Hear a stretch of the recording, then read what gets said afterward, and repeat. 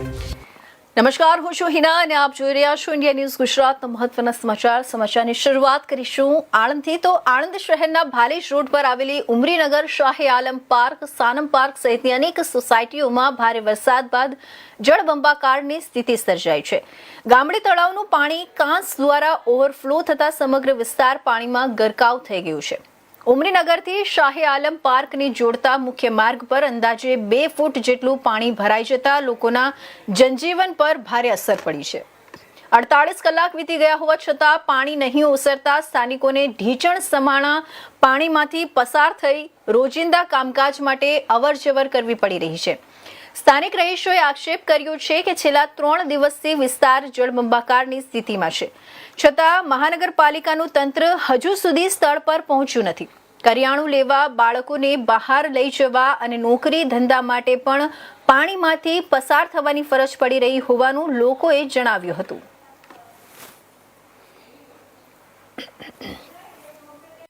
સાહિસ્તાબેન સબીરભાઈ વોરા અહીંયા આગળ પાણીની બહુ તકલીફ છે। જ્યારે દર વર્ષે પાણીની પ્રોબ્લેમ થાય છે, ગંદુ પાણી આવે છે, નાના બાળકો હેરાન થાય છે, નાના બાળકો બીમાર થાય છે। અહીંયા આગળ ચારેકોર એરિયામાં પાણી ભરેલું, અમે કઈ રીતે બહાર નીકળે? સ્કૂલ બગડે છે, અહીંયા આગળ મસ્જિદ બગડે છે, છોકરાઓને એટલી હેરાન ગતિ છે। અહીંયા આગળ કોઈ જોવા આવતું નથી। કોર્પોરેટર વોટ લેવા આવે છે ત્યારે ભીખો માંગે છે, અહીંયા ભીખ માંગવા આવે, કોઈ જોવા નહીં આવ્યું। અહીંયા આગળ કઈ રીતે રહે છે, ઘરમાં શું છે શું નહીં, પાણી ભરેલું છે અહીંયા આગળ નકરું, કઈ નહીં જગ્યાએ જઈએ અમે। ચારેકોર 8-9 વર્ષથી અમે રહેવા આવ્યા છે, ત્યાંથી પાણીનો પ્રોબ્લેમ છે। અહીંયા આગળ નિવારણ આવો જોઈએ આ વર્ષે, નીકળ તો અમે કોઈને વોટ આલવા તૈયાર નથી। ભીખ માંગવા મહેરબાની કરીને અહીંયા આગળ વોટ લેવા ના આવશો। ડીજે સંઘાત વોટ લેવા આવે છે, ડીજે ના પૈસા નીકળે છે એમની જોડે, ડીજે ના પૈસા નીકળે છે એમની જોડે, નાસ્તાના પૈસા નીકળે છે, પણ અહીંયા જોવા આવવાના પૈસા નહીં નીકળતા એમને। એટલે આનો નિવારણ નહીં થાય તો અમે રેલી કાઢીશું, હવે રેલી કાઢીશું। હવે રેલીનો અમારે હવે નિર્ણય લેવા જેવો છે બધાને તારે। હા, મારું નામ વિરોધન છોડીરામ પઠાણ, મારી વાઈફ કોર્પોરેટર છે વોર્ડ નંબર 3 માં। હવે હર વર્ષ અમે રજૂઆત કરી છે। એ 5 વર્ષ પહેલા અમે કોર્પોરેટર રહ્યા આણંદ નગરપાલિકાના। 5 વર્ષમાં 5 વર્ષ સલન કોર્પોરેટર રજૂઆત કરી છે અમે, એ એમ તે થઈ જશે, પણ આ પાણી ગામડી તલાવનું આ બાજુ આવે છે। કોઈનૂર સોસાયટી ગામડી તલાવનું પાણી ઉભરાઈને આ બાજુ આવે છે। હર વર્ષ અમે હવે રજૂઆત કરી છે, પણ એનો નિકાલ આવતો નહીં। કાલે અમે કરમસદ આણંદ મહાનગરપાલિકાના જો નિકાલ નહીં થાય તો કાલે અમે કમિશનર જોડે જઈશું અને એનો નિકાલ લાવીશું। હવે આદર ખોડિયાર મંદિર બાજુ જે પાણી આ બાજુ તાળવાનું તે છે, હજુ સુધી 5 વર્ષ સુધી આ લોકો તાળી નહીં શકતા। તે પ્રજા એટલી બધી ત્રાહીમામ થઈ ગઈ છે, પણ એ કમિશનર હોય, પહેલા મ્યુનિસિપલ કોર્પોરેટર હતું અને હવે કમિશનર આવી ગયા છે, પહેલા ચીફ ઓફિસર હતા, હવે કમિશનર આવી ગયા છે, તો હજુ સુધી આ લોકોનું પેટનું પાણી જ નહીં હલતું। તેમ તે હર વર્ષે અમે અરજી આલી છે, હર વર્ષે મોતી દીધું છે। કાલે કલેક્ટર સાહેબને ફોન માર્યો સિરાજભાઈએ, અમે જાતે રેલવે ફાટકથી આ તે ટાઈમ સુધી આવ્યા, પણ કોઈ રજૂઆત આ લોકોએ હોંભળતી। કાલે કમિશનર સાહેબ એસ.ટી. અગ્રવાલ એમ કહે છે આવું છું કરીને આવ્યા નહીં। જુદલ સાહેબને એમ કીધું, ફોન માર્યો, ફોન જુદલ સાહેબે ઉઠાવ્યો નહીં। જુદલ સાહેબ તે આવું છું એ બી આવ્યા નહીં। અત્યારે આવ્યા, જોઈને ખાલી જતા રહ્યા, પણ એનો નિકાલ જોઈએ। આ એરિયાની પબ્લિક 5 થી 6 સોસાયટી પાછળ ઉમરીનગરની પાછળ આવે છે, એનો નિકાલ જોઈએ। પાણીમાં બેટમાં ફેરવેલી છે, બોટો લઈને બધા ફેરવે છે, નાના છોકરાઓ બી તાલ ઉઠીને ડૂબી જાય તો જવાબદાર કોણ? કમિશનર સાહેબ જવાબદાર, તો કરમસદ આણંદ મહાનગરપાલિકા જવાબદાર। એની જવાબદારી કોણ લે છે? અમે તો ઊભા જ છે કોર્પોરેટર, પણ એનું નિકાલ જેમ બને એમ કરો। થોડિયા તળાવ બાજુ પાણી તાળો, મુંદ્રા નાથીને થોડિયા બાજુ પાણી તાળો જેમ બને એમ, નગર ધોયા તળાવમાં રસ્તો તર દો।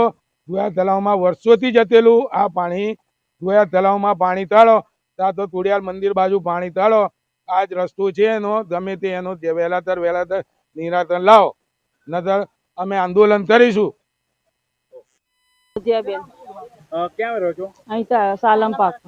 શું તકલીફ છે? અમારે ત્યાં પાણી બહુ ભરાઈ ગયું છે સાહેબ, અને અમારે પાણીની તકલીફના લીધે અમારા છોકરાઓ ધંધા રોજગાર વાળા કઈ જશે? રાત્રે નીકળીએ તો સાપની બીક લાગે છે। 3 તો સાપ છે, લાઇટોય નથી અમારે ત્યાં થાંભલામાં કે અમને જોવા આવે। આટલી બધી તકલીફો સાહેબ, આગળ પાછળ બધામાં પાણી ભરાઈ ગયું છે, તો અમારા બચ્ચા છોકરાઓ કઈ જશે? ખાવાની તકલીફ તો અમને પડશે. એક દાડા ખાઈશું, 2 દાડા, પછી ત્રીજા દાડા તો કઈ અમારે કઈ કરવું પડશે ને. અને આ છોકરાઓ બહાર જાય ને કઈ કઈડી જાય તો કોણ જવાબદારી લેશે? તો કેટલા દિવસથી તકલીફ? આજે અઠવાડિયાથી તકલીફ છે. તો અને મોટા મોટા સાપ નીકળે છે, નાનું બચ્ચું હોય તો આપણે મારીએ છીએ, પણ મોટા મોટા નાગ નીકળે તો કઈથી અમે એ કરીએ સાહેબ? તો બધા ધંધા રોજગાર વાળા છે, શેર લાઈન શેર ખાનારા છે, બધા કોઈ માલદાર નથી અહીંયા આગળ, બધા ગરીબ સોસાયટી છે આ અમારી. તો નેતાઓ શું કરે છે? કશું જ નહીં, નેતાઓ કઈ આવે છે? આજે આવે તો સારું ને. તો ઓટ લેવા આવવાનું, ઓટ લે પછી તમે કોણ અમે કોણ, કોઈ કોણ જોવા આવે?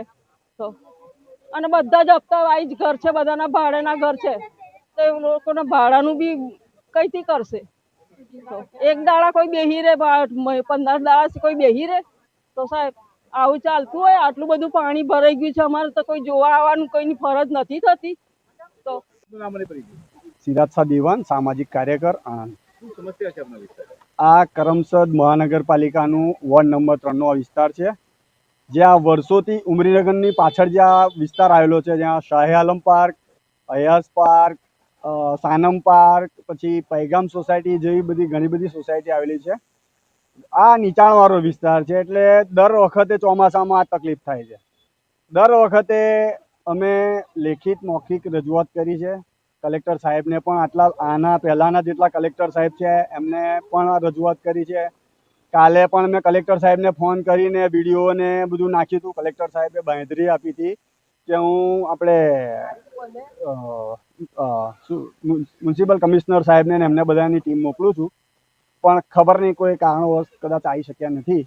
કાલે એસકે ગરવાલ સાહેબને પણ મેં બહુ બધા ફોન માર્યા, એ પણ કહે છે કે કરમસદમાં જે 30 સોસાયટીમાં પાણી ભરાઈ ગયું છે ત્યાં છું. આજે મેં ફરી એમને ફોન માર્યો છે, એમણે મોડા આવવાનું બાંહેધરી આપી છે. અત્યારે જુગલભાઈ એક એન્જિનિયર છે મહાનગરપાલિકાના, એ આવીને ગયા છે અને એમણે 3 દિવસમાં પાણી ઉતરી જશે એની હૈયાધારણા આપીને ગયા છે. આપના ચેનલના માધ્યમ દ્વારા મારે જવાબદાર તંત્રને એ જ કહેવું છે કે આ વહેલામાં વહેલી તકે દર વર્ષનો આ જે પાણીનો ભરાવાનો જે પ્રોબ્લેમ છે એ એનકેન પ્રકારે પહેલાં જે નગરપાલિકાએ આ પાણી ગોયા તલાવમાં જતું હતું એ બંધ કરી દીધું છે. એ ગોયા તલાવમાં પુનઃ પાણી જો કાઢવામાં આવે ત્યાંથી ખંભાતના અખાતમાં, તો આ પાણીનું સમસ્યાનું નિરાકરણ થઈ જાય એવું છે.